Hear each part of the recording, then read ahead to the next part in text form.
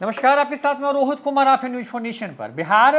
में लोकसभा चुनाव के जो नतीजे आए उससे प्रधानमंत्री मोदी और बीजेपी संतुष्ट तो नहीं ही होगी। पिछले लोकसभा चुनाव में बीजेपी यहां से 17 सीटें जीत पाई थी और इस बार यह आंकड़ा 12 पर आ गया। शाहबाद के पूरे इलाके में बीजेपी को सबसे करारी हार देखने को मिली है। बड़ी बात यह है कि 2020 के विधानसभा चुनाव में भी इस इलाके में एनडीए पूरी तरीके से जो है उसको यहाँ से वाइप आउट कर दिया था महागठबंधन ने, और कुछ ऐसी ही स्थिति जो है फिर से देखने को मिली है जब 24 के लोकसभा के चुनाव हुए। बिहार में 25 में विधानसभा के चुनाव भी होने हैं। बहुत लोग दावा ये कर रहे हैं कि चुनाव पहले भी हो सकता है, यानी कि वक्त से पहले भी बिहार में चुनाव हो सकता है। लिहाजा सरकार और तमाम पार्टियां इसकी तैयारियां कर रही हैं। प्रधानमंत्री मोदी बिहार में करीब 15 चुनावी बड़ी सभाओं को संबोधित करते नजर आए। बड़ी बात यह है कि अंतिम चरण में सासाराम से लेकर के बक्सर, काराकाट और पटना के पूरे इलाके को एक तरीके से कहें कि घेरते हुए 3 बड़ी सभाएं हुई और वहां पे लगभग सीटों पर बीजेपी को हार का सामना करना पड़ा, क्योंकि प्रधानमंत्री बन गए हैं फिर से नरेंद्र मोदी। एनडीए की सरकार है केंद्र में इस वक्त। तो सरकार बनने के 15 दिनों के अंदर वो बिहार क्यों आ रहे हैं? क्या बिहार में कुछ बड़ा होने जा रहा है? इसी पर बात करेंगे। कहने के लिए कार्यक्रम सरकारी है, सरकार की तरफ से प्रधानमंत्री मोदी को न्योता भेजा गया है, तो उसी कार्यक्रम में शिरकत करने के लिए प्रधानमंत्री मोदी जो है बिहार की पवित्र भूमि जिला के लिए गया पहुंच रहे हैं। लेकिन क्या सिर्फ यही एक मकसद? हमारे साथ में हमारे वरिष्ठ सहयोगी प्रदर्शन मौजूद हैं, क्योंकि आपने पूरे चुनाव को देखा और जिस तरीके का एफर्ट लगाया गया बीजेपी की तरफ से या प्रधानमंत्री मोदी की तरफ से, वैसे चुनावी नतीजे नहीं आए। जदयू के लिए भी ये चुनाव निराशा भरा रहा और शायद जो फिगर 400 पार का था, जो 300 भी पार नहीं हो पाया, उसके पीछे की एक वजह बिहार है जी। प्रधानमंत्री नरेंद्र मोदी फिर से बिहार आ रहे हैं 15 दिनों के अंदर, यानी कि जब 4 को नतीजे आए हैं और उसके बाद वो 19 तारीख को बिहार आ रहे हैं। तो क्या सिर्फ बिहार एक कार्यक्रम के लिए आ रहे हैं या कुछ बड़ा मैसेज देने की कोशिश है या कुछ बड़ा होने जा रहा है? क्या समझ पा रहे हैं? सबसे पहले ये हम लोग जान लें कि जो 4 जून को नतीजे आए थे और उसके बाद 9 जून को प्रधानमंत्री के रूप में तीसरी बार नरेंद्र मोदी ने शपथ ली, तो उसके बाद यह पहला एक तरीके से उनका दौरा है जो किसी बड़े राज्य का होना जा रहा है। इसके पहले वो भले ही आंध्र प्रदेश गए, उड़ीसा गए, लेकिन वहाँ नई सरकारों ने जो शपथ ली उस शपथ में शामिल होने के लिए गए और अलग अलग जगहों से गए। लेकिन यह पहला मौका है जब वो बिहार आ रहे हैं, तो बिहार आने के पीछे की वजह क्या है? जैसा आपने बताया ना कि ये बिल्कुल एक सरकारी कार्यक्रम के सिलसिले में विश्वविद्यालय के कार्यक्रम में आ रहे हैं, लेकिन मूल विषय यह है कि प्रधानमंत्री क्यों आ रहे हैं। तो अगर आप देखिएगा तो पहले जरा सा बिहार में इस बार जो लोकसभा के चुनाव हुए और उसमें जो एनडीए के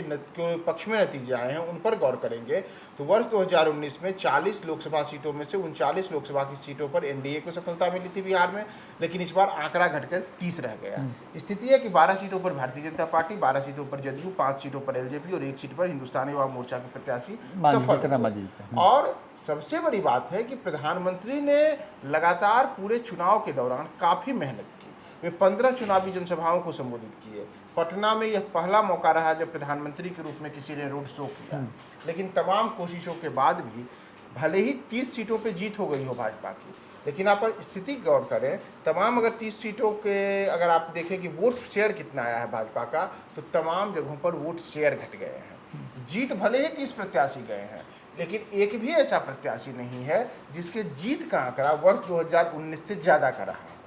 तमाम जगहों पर वोट का प्रतिशत काफ़ी कम रहा है। कई सीटों पर तो काफ़ी क्लोज फाइट्स हुए और उसमें बस एनडीए प्रत्याशी वहाँ से निकल गए। तो ये तमाम स्थितियाँ एक तरीके से कह सकते हैं कि भारतीय जनता पार्टी के लिए अब शुभ संकेत तो इसे नहीं कहेंगे। जो उम्मीद बिहार से रहती है भाजपा को, या पिछले कुछ चुनावों में लगातार 2014 का चुनाव हो या 2019 का चुनाव हो, उन चुनावों में जिस भरोसे के साथ भाजपा के साथ बिहार खड़ा रहा था, इस बार भाजपा को लेकर के वह भरोसा बिहार के लोगों में नहीं दिखा है। इसका दूरगामी असर विधानसभा चुनावों पर पड़ ही सकता है। तो अभी से बमुश्किल अब 1 साल जो तैयारी के लिए, मूल तैयारी के लिए वक्त पर चुनाव हो तो करीब करीब 1 साल 3 महीने यहाँ से चुनाव में बचते हैं। तो ये जो 15 महीने हैं, ये 15 महीने केंद्र सरकार के लिए बेहद अहम होंगे और उसमें भारतीय जनता पार्टी के लिए, जो चाहेगी कि बिहार में हम अपने आप को मजबूत तरीके से स्थापित करें। रोहित, आपको हम एक और बात बताएं, आप भी देख रहे हैं कि जितने भी हिंदी पट्टी के राज्य हैं, चाहे वह उत्तर प्रदेश हो, चाहे वह दिल्ली हो, चाहे वह मध्य प्रदेश हो, छत्तीसगढ़ हो, राजस्थान हो, इन तमाम राज्यों में भारतीय जनता पार्टी अपने बलबूते हर जगह सरकार बना चुकी है। कभी न कभी इन जगहों पर रही है या मौजूदा समय में भी है। हिंदी पट्टी के राज्यों में एकमात्र बिहार ही ऐसा राज्य है जहां भाजपा कभी अपनी सरकार नहीं बना पाई, भाजपा का कभी कोई मुख्यमंत्री बिहार में नहीं हुआ, जबकि भाजपा का अगर 1983 में जो के बाद से जो उदय हुआ और विस्तार हुआ है, उसमें भारतीय जनता पार्टी लगातार सबसे मजबूती से जिस राज्य में शुरू से रही, कई संगठन में काम करने वाले जो नेता रहे वो बिहार से रहे, लेकिन बिहार में वह भरोसा भाजपा को नहीं मिला जो मिलना चाहिए था, जो उसकी उम्मीद थी। तो मेरा वही मानना यही है कि भारतीय जनता पार्टी अगले विधानसभा चुनाव पर गौर कर रही है और उसी को लेकर के प्रधानमंत्री ने अभी से ही, देखिए भाजपा हमेशा चुनावी मूड में रहती है, तो आप कह सकते हैं कि अभी से ही बिहार को एक संदेश देने के लिए कि भले ही 30 सीटें आपने हमें दी हों, लेकिन भाजपा का बिहार की जनता पर भरोसा है, तो उसके लिए प्रधानमंत्री अपने चेहरे के उपयोग को फिर से ला रहे हैं। तो मतलब क्योंकि गया पहुंचेंगे प्रधानमंत्री मोदी और वहां से फिर उनको जाना है नालंदा, जहां पर नालंदा विश्वविद्यालय के नए कैंपस का उद्घाटन करना है उनको, तो मतलब क्या उस, क्योंकि बिल्कुल पास का ही इलाका है जहां पर बीजेपी को या एनडीए को हार हुई है, तो क्या उसको साधने की कोशिश है या फिर नालंदा के बहाने विश्व के पटल पर बिहार को फिर से पहुंचाने की कोशिश है अपने बयानों के माध्यम से कि नहीं देखिए हमारी सरकार ने फिर से इसको पुनर्जीवित किया और इस इतना ह्यूज कैंपस करीब 150 एकड़ में फैला हुआ जो कैंपस करीब करके उसको दिखा करके मैसेज देने की कोशिश होगी यहाँ पे, क्योंकि नीतीश कुमार का गृह जिला भी है नालंदा। अब जैसे अगर हम गया और नालंदा की बात करें और संयोग से इसको अगर हम लोकसभा चुनावों से जोड़कर देखें, तो जिन क्षेत्रों में बिहार में भाजपा की सबसे करारी हार हुई है वो मगध और शाहाबाद के इलाके हैं, और संयोग से मगध और शाहाबाद के इलाके में जिन 2 सीटों पर एनडीए या भाजपा प्रत्याशी की जीत हुई है उसमें एक गया है और एक नालंदा है, जहां से गया से जीतन राम मांझी ने हिंदुस्तानी अवाम मोर्चा के प्रत्याशी के तौर पर जीत हासिल की है और नालंदा से जदयू प्रत्याशी कौशलेंद्र कुमार को जीत मिली है। अब आप देखिए कि शेष पूरा का पूरा इलाका जहां हार हुई है उन इलाकों में भाजपा के ही प्रत्याशी थे। संयोग है कि प्रधानमंत्री उस गया में उतर रहे हैं जहां एनडीए प्रत्याशी के तौर पर मांझी की जीत हुई, और जहां बच गई इज्जत एनडीए की यानी कि नालंदा, वहां वो जा रहे हैं। तो स्वाभाविक है कि यहाँ से एक जो ये तो आवागमन के साधन के वजह से वहाँ से आना जाना उनका है, लेकिन यहाँ आकर के एक बड़ा संदेश तो जरूर देने की कोशिश होगी कि जिस तरीके से नालंदा विश्वविद्यालय, जिसका कि एक अपनी ऐतिहासिक गरिमा रही है, जिसके कारण जो पूरे विश्व पटल पर बिहार को ही नहीं बल्कि भारत को जाना जाता है, भारत की जब चर्चा चलेगी तो नालंदा की चर्चा होगी, और उसका जो एक लंबा इतिहास रहा है, उस स्वर्णिम काल में जब नालंदा विश्वविद्यालय रहा और पूरी दुनिया से लोग आते रहे, तो उसको पुनर्जीवित करने में जो पहल बिहार सरकार और केंद्र सरकार की ओर से की गई है, तो इससे एक संदेश तो देने की कोशिश की जाएगी कि जैसे नालंदा विश्वविद्यालय को हमने पुनर्जीवित करके बिहार के गौरव को बढ़ाने के लिए इसे आज उद्घाटन करने आ रहे हैं, तो हम कह सकते हैं कि प्रधानमंत्री आने के बाद जरूर ये बातें कहेंगे। हो सकता है ये कहें कि जी जैसे बिहार में नालंदा विश्वविद्यालय पुनर्जीवित हुआ है, वैसे ही बिहार की खोई गरिमा, बिहार जिस विकास की रफ्तार में पीछे हुआ है, उसको इसी नालंदा विश्वविद्यालय की तरह हम फिर से पुनर्जीवित करेंगे। ये संभव है कि उस मंच से प्रधानमंत्री एक संदेश देने की कोशिश करें। लेकिन खबर तो ये भी है कि मतलब कुछ बीजेपी के नेताओं को भी कहा गया है, तो क्या वहाँ पे फीडबैक भी लेंगे? क्योंकि जो हमारे पास जानकारी जो आ रही है, जो सोर्सेस कह रहे हैं कि प्रधानमंत्री मोदी की बीजेपी के कुछ चुनिंदा नेताओं से गया एयरपोर्ट पर मीटिंग हो सकती है, क्योंकि कार्यक्रम तो सरकारी है, लेकिन उसके अलावा जब जो वक्त उनके पास यानी कि जो ट्रांजिट टाइम होगा एक तरीके से, उस वक्त में वो मीटिंग करते नजर आएंगे। तो क्या वहाँ पर भी कोई फीडबैक लिया जाएगा? क्योंकि अभी तो तमाम राज्यों के अंदर में जहाँ जहाँ बीजेपी को करारी शिकस्त हुई है, वहाँ पे हारे क्यों, वोट शेयर क्यों घटा, और वो इलाके जो गढ़ माने जाते थे वहाँ पर हार क्यों हुई, इन चीज़ों की समीक्षा चल रही है। एक इसमें जैसे बिल्कुल आपने जो बोला ना, तो इसमें आप देख लीजिए कि बिहार के जिन इलाकों में भारतीय जनता पार्टी या एनडीए प्रत्याशियों की हार हुई है, तो जैसे भाजपा के प्रत्याशी कहाँ हारे हैं, पूरे के पूरे शाहाबाद और मगध के इलाकों में, और वहाँ पर अगर आप वोट शेयर्स देखिए तो भाजपा के कई बड़े दिग्गज नेता हार गए, जिन पर अब तक भारतीय जनता पार्टी को भरोसा रहा था। और इसमें एक बड़ी वजह मानी गई, जैसे आर.के. सिंह आरा से चुनाव हार जाते हैं, आर.के. सिंह राजपूत बिरादरी से आते हैं, औरंगाबाद में उनके प्रत्याशी सुशील कुमार चुनाव हार जाते हैं, राजपूत बिरादरी से आते हैं, काराकाट एक लोकसभा क्षेत्र है, वहाँ से जो एनडीए प्रत्याशी उपेंद्र कुशवाहा चुनाव हारते हैं, उनको हराने में जो शख्स सबसे अहम भूमिका निभाता है वह भी राजपूत जाति से आने वाले पवन सिंह हैं। इसी तरीके से जो बक्सर सीट भी है तो वहाँ भी हराने वाला राजपूत है। तो आप ये देखिए कि यहाँ की जातीय समीकरणों को देखिए क्या वजह रही कि ये जो जातीय समीकरण बने, इन जातीय समीकरणों में आप ये कह सकते हैं कि एक समाज के भरोसे ने भारतीय जनता पार्टी जिन पर भरोसा कर रही थी वो उनकी ओर नहीं गया। दूसरा इतना ही नहीं, उपेंद्र जो यहाँ पे बिहार के भाजपा के अध्यक्ष सम्राट चौधरी हैं, वह कुशवाहा बिरादरी से आते हैं। भारतीय जनता पार्टी को यह उम्मीद थी कि जब इनको अध्यक्ष की कुर्सी दी गई थी तो यह नीतीश कुमार के लवकुश वोटों में समीकरण जो उनका है उसको साधने की कोशिश करेंगे, लेकिन ऐसा कुछ भी नहीं हुआ। और इस चुनाव में साबित हुआ कि कुशवाहा वोट न केवल नीतीश से छिटका, बल्कि वह वोट भाजपा की ओर न जाकर के वो वोट महागठबंधन की ओर गया, जिसका नतीजा रहा कि चाहे वह आरा की सीट हो, चाहे वह काराकाट की सीट हो, या फिर खगड़िया में एक मजबूत फाइट हो, ये तमाम चीज़ें इस बात को साबित करती हैं कि कुशवाहा वोट सम्राट चौधरी के नाम पर भाजपा की ओर नहीं रहा। तो जवाबदेही और जिम्मेदारी तो तय करनी पड़ेगी ना, केवल मुरेठा बांधने से तो काम नहीं चलेगा। तो इसे लेकर के संभव है कि कई सवाल, ये तमाम चीज़ों को, चाहे वह कुशवाहा बिरादरी का वोट हो, राजपूत बिरादरी का वोट हो, या फिर आखिर तमाम तरीके की कोशिशों के बाद भी क्यों,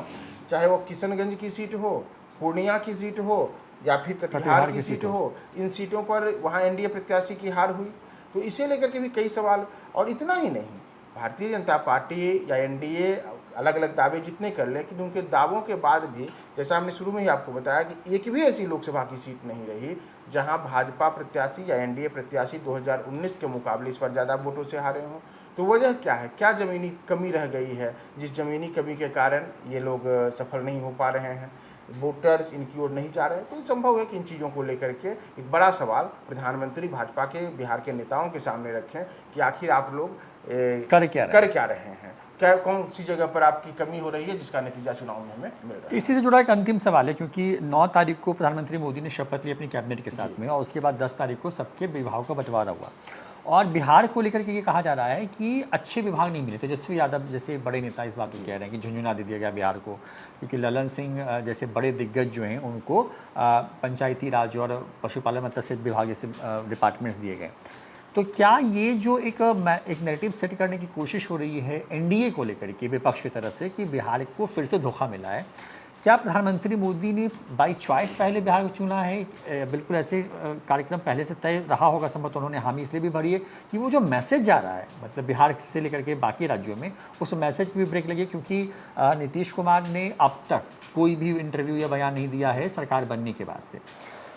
ललन सिंह पटना रिपोर्ट पे पहुंचते हैं और बहुत छोटी सी बात होती है कि नहीं सब कुछ ठीक है, मतलब, लेकिन वो बहुत खोल के, क्योंकि भोकल बोलने वाले नेता के तौर पर हैं, वो भी कुछ नहीं कह रहे। तो क्या ये जो नैरेटिव सेट करने की कोशिश हो रही है, क्योंकि नैरेटिव का बड़ा खेल दिखा बिहार के अंदर में, नौकरी का मुद्दा हो, तेजस्वी ने उसको, यादव ने भुनाया उसको, और तमाम लोग जो गठबंधन के नेता थे एनडीए के, उनको उसी पिच पर बैटिंग करने के लिए आना पड़ा।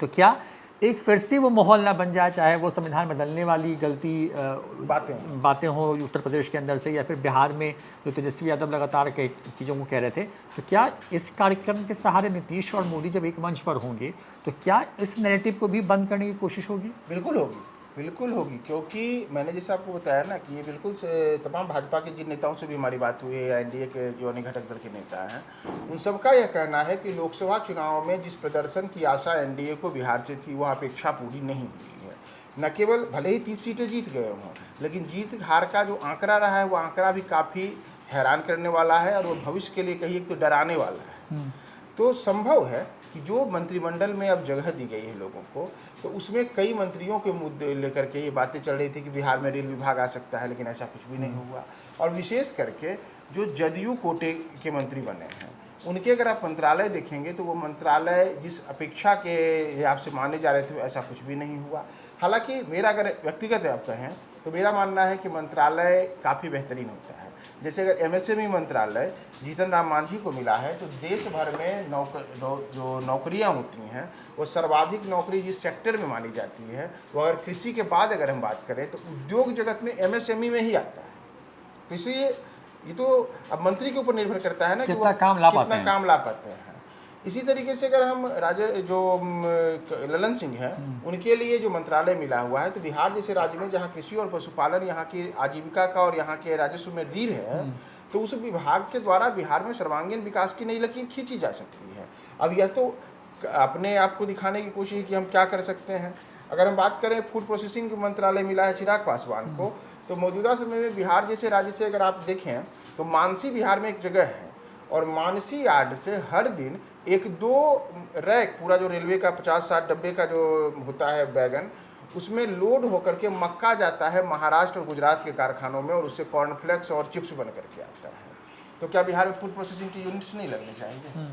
तो ये तो मंत्री के ऊपर करने की चीज़ें हैं ना कि क्या कर सकते हैं। तो संभव है कि प्रधानमंत्री उस भरोसे को भी जगाने के लिए बिहार में आए और बताएं कि जिनको मंत्रालय दिया गया है, मंत्रालय से कैसे बिहार में विकास की नई लकीर खींची जा सकती है और उद्योग धंधे के लिए, चाहे फूड प्रोसेसिंग का उद्योग हो, चाहे वह बिहार में पशुपालन को लेकर के किस प्रकार से विस्तार किया जा सकता है, या फिर कैसे एमएसएमई यहाँ के छोटे छोटे मझोले उद्योग और लघु उद्योगों को विस्तार देने में हम भूमिका निभा सकता है। तो इसमें इन मंत्रियों के लिए कई स्तर पर काम करने की